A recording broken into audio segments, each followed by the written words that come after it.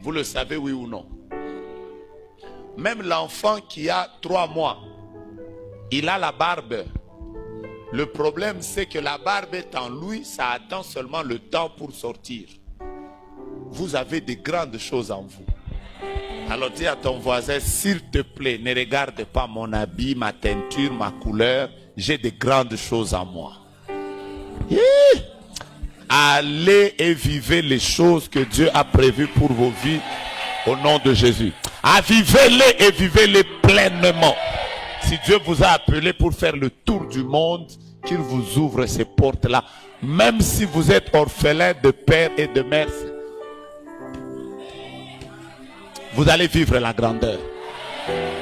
Alors maintenant, voici comment on peut faire grandir maintenant un don. Ça, je commence, mais je suis sûr que je ne vais pas terminer. Il y a 2 manières principales de faire grandir un don. Vous avez reçu des prophéties, vous savez que le don est en vous. Vous avez reçu l'imposition des mains, donc le don est en vous. J'ai dit le don est où?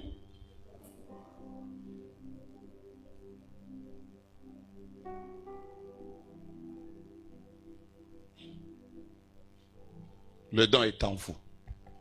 Maintenant, 2 choses principales.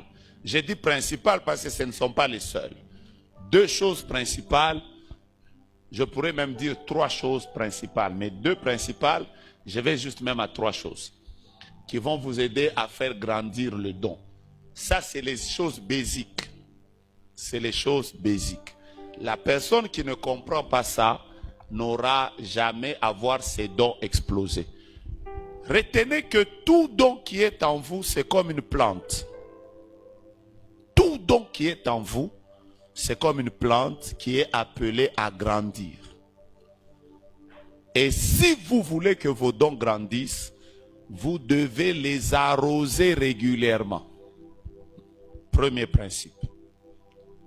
Est-ce que vous voulez que vos dons grandissent? Voici les choses que nous avons appris que beaucoup de gens n'ont pas appris. Beaucoup de gens n'ont pas appris. Et c'est ça qui vous crée des problèmes. Priez régulièrement pour les dons qui sont en vous. Priez régulièrement pour les dons qui sont en vous. Faites des prières comme Seigneur, les dons que tu as mis en moi, j'ai pris qu'ils grandissent. J'ai pris qu'ils grandissent. J'ai pris qu'ils grandissent, j'ai pris qu'ils grandissent. J'ai pris qu'ils grandissent, j'ai pris qu'ils grandissent. Moi, je vais vous donner mon parcours. Je vais vous donner mon parcours. Quand j'ai commencé à prophétiser, vraiment, à l'époque, je ne voyais pas les noms et les adresses. Moi, je voyais les versets bibliques. C'est comme ça que j'ai prophétisé. Les gens qui m'ont connu à cette époque-là, je pouvais être en train de prier comme ça. Après, je vois, on me dit, lisons Ésaïe chapitre 60, verset 2. C'est comme ça que moi j'ai commencé à prophétiser. Je voyais Ésaïe chapitre 60. Et les gens qui priaient avec moi à l'intercession, ils savaient que je recevais beaucoup de versets. C'est-à-dire quand on prie comme ça, je vous dis par exemple Ésaïe 60, verset 3. Je connais beaucoup de gens qui prophétisent encore comme ça. Dieu ne leur donne que des versets. Et quand ils vont lire la Bible, ils comprennent à peu près qu'est-ce que Dieu voulait leur dire. Moi, je suis passé par cette école-là. Après un moment, Dieu a commencé à me parler des choses comme... mais des choses qui n'étaient pas très précises. Parce que je suis en train de rentrer sur ce qu'on m'a dit. Et si tu ne reçois pas des choses précises, tu te souviens? Moi, je ne recevais pas des choses précises. J'ai commencé à recevoir, quand j'ai quitté cette dimension-là, des versets bibliques, j'ai commencé à recevoir des messages comme Dieu me dit, au milieu de nous, il y a quelqu'un qui a des maux de tête. Au milieu de nous. En fait, j'ai reçu des messages vrais, mais qui n'étaient pas très spécifiques. Vous comprenez ça? J'ai eu la grâce de Dieu, à un moment de ma vie, de rencontrer 2 prophètes puissants. Le premier, il s'appelait Henri Massango. C'était un homme extraordinaire, avec une grâce, il est toujours vivant, avec une grâce prophétique terrible. Et il venait de l'école des Damans. L'école des Damans, c'était l'école à l'époque avec les pasteurs Teddy, leur école là. Il venait de cette école là. Et donc moi quand je l'ai rencontré, il m'a fait comprendre que si tu ne pries pas beaucoup pour ton ministère, tu ne jeûnes pas, tu n'entres pas dans une vie de sacrifice, ton ministère ne va jamais exploser. J'ai appris à commencer à aller aux montagnes. Et quand j'allais aux montagnes, je n'allais pas aux montagnes pour prier pour le mariage. J'allais prier pour mes dons. J'ai fait des veillées et des veillées en train de prier comme ça. Seigneur, ouvre mes dons. Seigneur, que mes dons deviennent aigus. Que mes dons deviennent puissants. Je veux que tu ouvres mes dons. Que ça s'ouvre. Que mes yeux s'ouvrent. Que... Hein? Vous voyez? Priez régulièrement pour ça. Priez régulièrement. Prenez d'abord ces textes. Prenez ces textes. Peut-être ça va vous aider. Je peux y aller? Est-ce que ce que je dis vous bénit? Je vous explique. Prenez Ésaïe chapitre 32.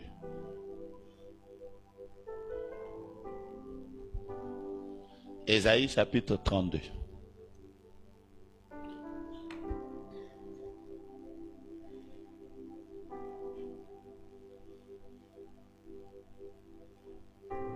Vous y êtes? Lisez le verset 3. Lisez ça très fort. 1, 2, 3. Prenez Ésaïe chapitre 32. 1, 2, 3. Lisez ça très fort.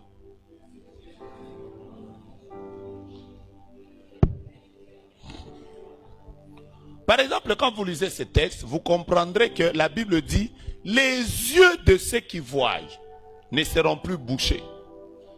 Ça veut dire que les yeux de quelqu'un peuvent être... Les oreilles de quelqu'un peuvent être... Je suis en train de vous expliquer avec des textes. Apparemment, ce que je dis vous choque.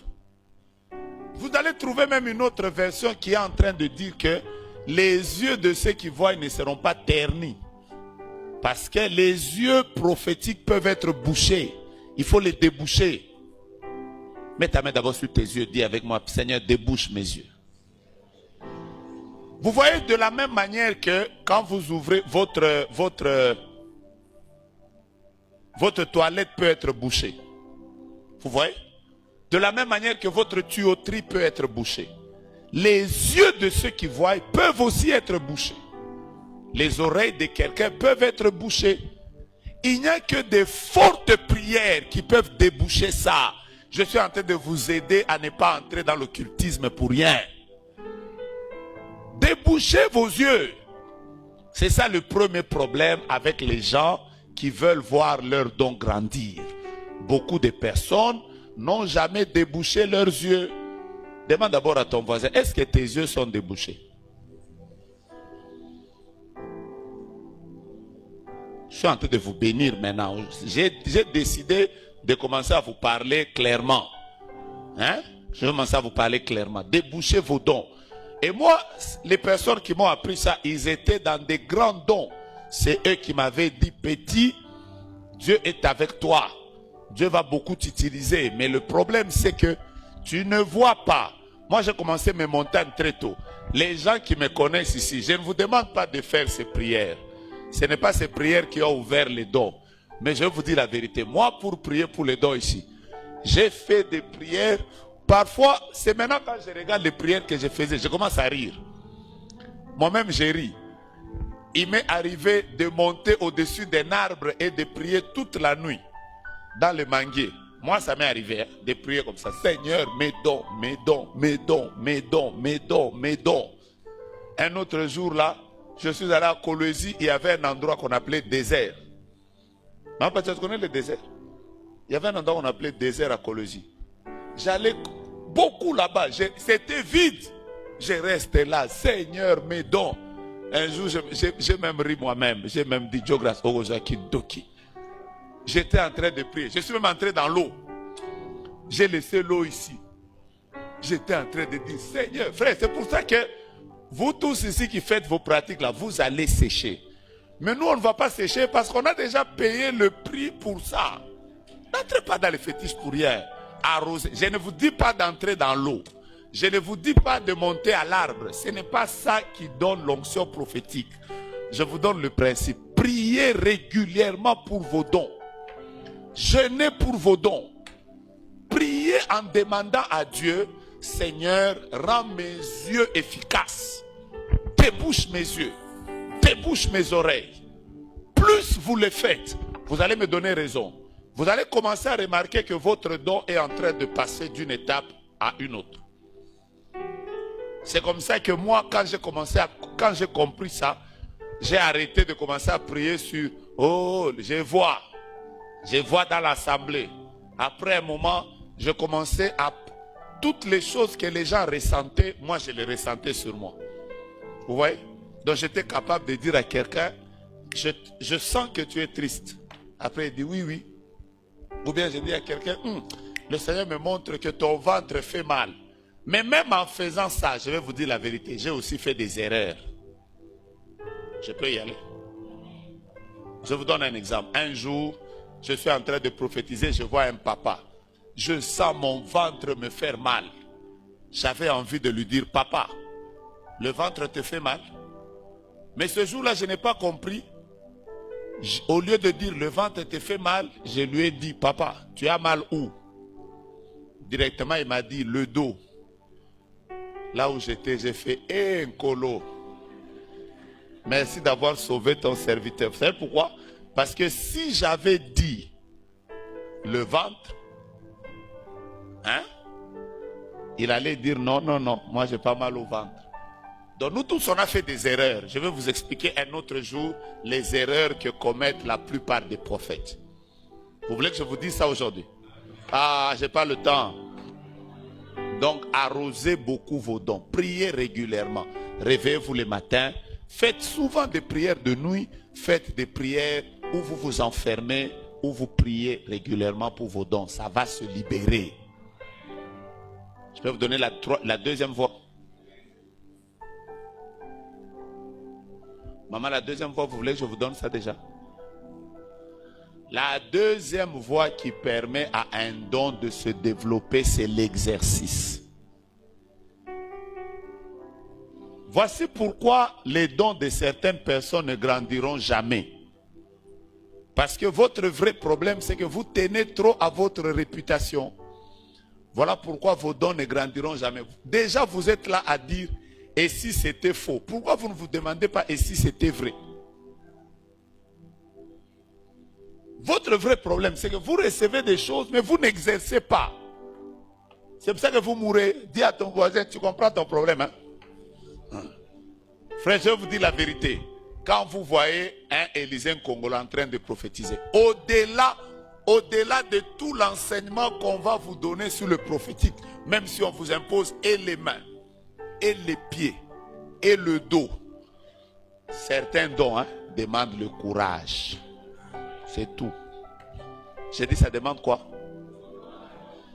Frère, toi tu vas prendre une maman qui est paralytique, ça fait 12 ans. Tu lui dis, maman, donne-moi tes béquilles. Et si ça ne marche pas? Votre problème, c'est quoi? Vous pensez que les dons, c'est les fétiches. Parfois, les dons là, il faut le courage. Qui sont courageux? Courage à Bana Boudin, courage et à courage. Ah! Parce qu'il y a aussi des gens, et ils ont le courage. Courage de qui? Courage à Bawewo. Parce qu'il n'y a que les motards de Kinshasa qui ont un courage. Tu vas voir entre deux véhicules. Ils ne se demandent même pas est-ce que le monsieur va accélérer ou il ne va pas accélérer. Mais il entre. Le courage des motards là, non, c'est quelque chose. Bon, mais je vais vous expliquer. Parfois, il faut exercer. Comment on exerce? C'est vrai que quand tu es au début de tes dons, ça devient intéressant. Vous voulez que j'avance? C'est que j'ai dit vous bénis. Qui a déjà bloqué dans l'exercice des dons?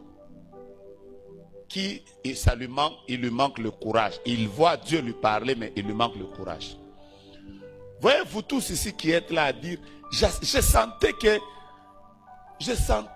y aura un problème. Je sentais qu'il y aura la mort. Vous les bombes à retardement. Quand ça arrive, maintenant vous commencez.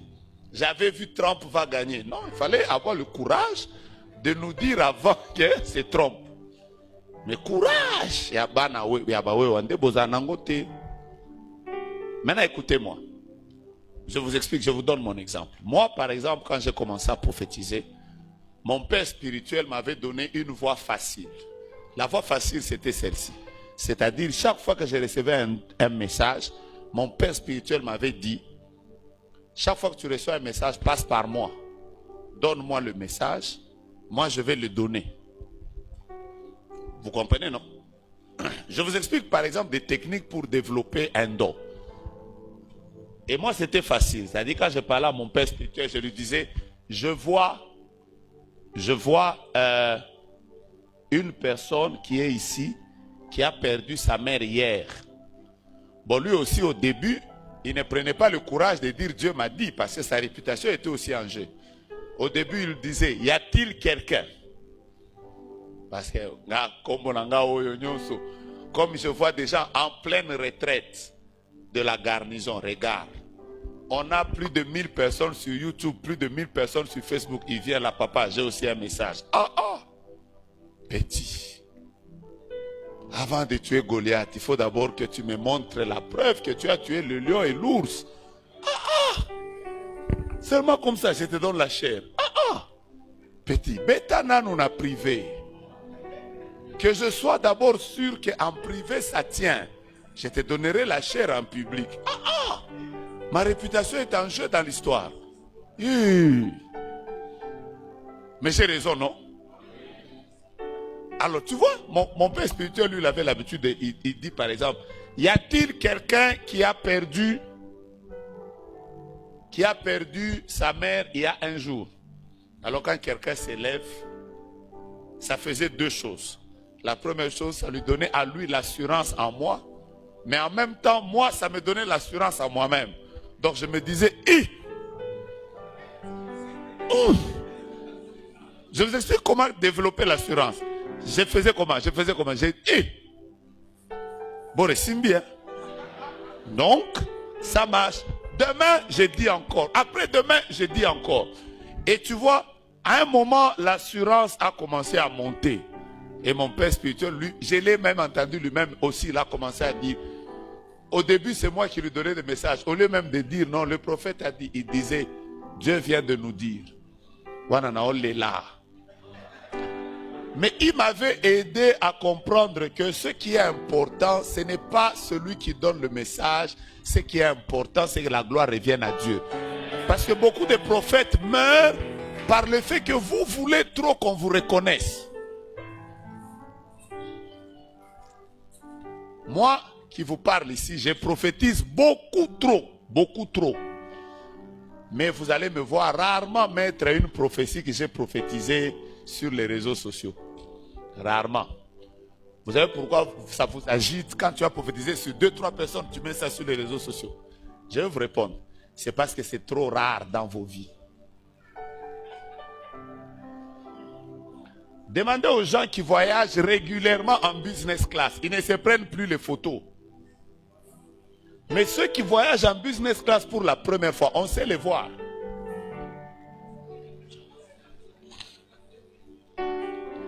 Les gens qui partent régulièrement à Paris ne se prennent pas les photos sur la tour Eiffel. Mais l'une des choses qui montre que Uchi Okoma, tu vois, non? Donc parfois, vous savez, il arrive un moment dans la vie où toi-même tu commences à te demander si je dois commencer à poster tous les jours les prophéties. Ça veut dire à chacun des cultes que j'ai fait, je dois commencer à couper une vidéo pour montrer aux gens que les choses sont là. Quand elles sont là, elles sont là. Ne souffrez pas parfois de vouloir que les gens vous reconnaissent que vous avez la chose. Si vous l'avez, vous l'avez. Ça passe ou ça casse? Maintenant, je peux évoluer. Vous m'avez demandé de parler librement aujourd'hui, non? Maintenant, ça vous choque? Vous voulez couper cette partie pour la mettre sur TikTok? Ah, mais vous êtes terrible. Voyez voir quelqu'un qui a donné un nom. Il a juste donné Blandine Bois. Mais il écrit puissant service prophétique avec apparition des anges. Ah, Nkolo. Que Dieu vous donne d'avoir beaucoup de prophéties par jour. Ça va vous diminuer un peu cette ambiance-là. Je continue. Maintenant, deuxième chose, développer l'assurance. Par exemple, vous n'êtes pas obligé